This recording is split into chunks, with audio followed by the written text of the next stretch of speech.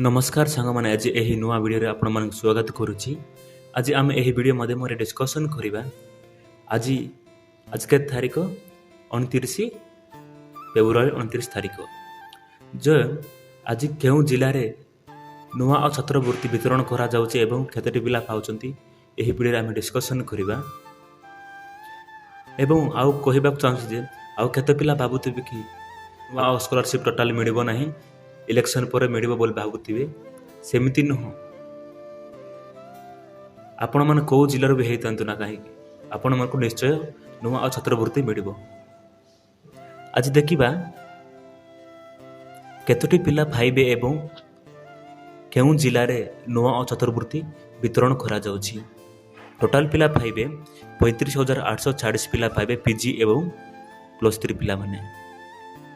केउं जिल्ला रु पाइबे देखंतु एटी नुआ और छात्रवृत्ति छात्र वितरण कार्यक्रम 29 फेब्रुआरी 2024 बालेश्वर।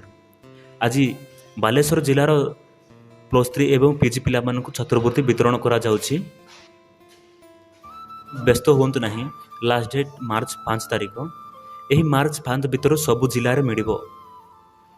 केजन पिला भाबुथिबे कि केबे मिलिबो केबे देबे, सबु चिंतित अछंती। समस्त को रिक्वेस्ट करुछि टेंशन हुअंतु नहीं, समस्त को नुआ और छात्रवृत्ति मिलिबो।